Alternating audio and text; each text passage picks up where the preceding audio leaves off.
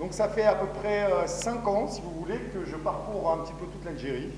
J'ai déjà fait 27 wilayas là, sur les 48 pour justement voir un petit peu ce qui se passe en Algérie au niveau de l'environnement. Parce que quand nous là-bas on est en France, on entend oh là là, les Algériens, ils s'en foutent de l'environnement, ils s'y intéressent pas et tout. Et moi, j'avais envie de prouver que c'était faux.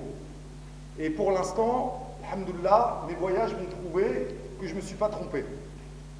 Il y a vraiment une conscience écologique qui est en train de naître et je dirais même de renaître. Pourquoi? Parce que, en fait, si vous regardez vos grands-parents, vos arrière-grands-parents, est-ce que vous pensez que l'écologie, c'est quelque chose de nouveau pour eux? C'est une question que je vous pose. Est-ce que vous pensez que si vous expliquez à votre grand-père qu'il faut protéger les arbres, comment il faut faire et tout, est-ce que vous pensez que vous lui inventez quelque chose qui vient de l'étranger? On est d'accord que c'est quelque chose qui fait partie de notre patrimoine et de notre culture. Et plus particulièrement, je pense, quand il s'agit de l'arbre, pourquoi j'ai tenu à être ici en Kabylie, c'est que je pense que l'arbre, c'est, on va dire, c'est le symbole de la culture kabyle.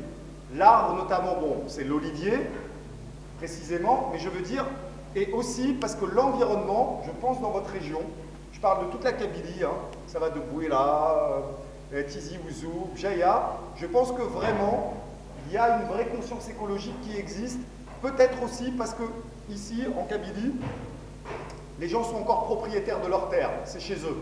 Alors, Mouldar. Donc, j'ai remarqué que par rapport à d'autres régions, où les gens peut-être n'ont que des concessions, n'ont pas vraiment... C'est comme si vous voulez, c'est la différence entre être propriétaire d'une maison et être locataire.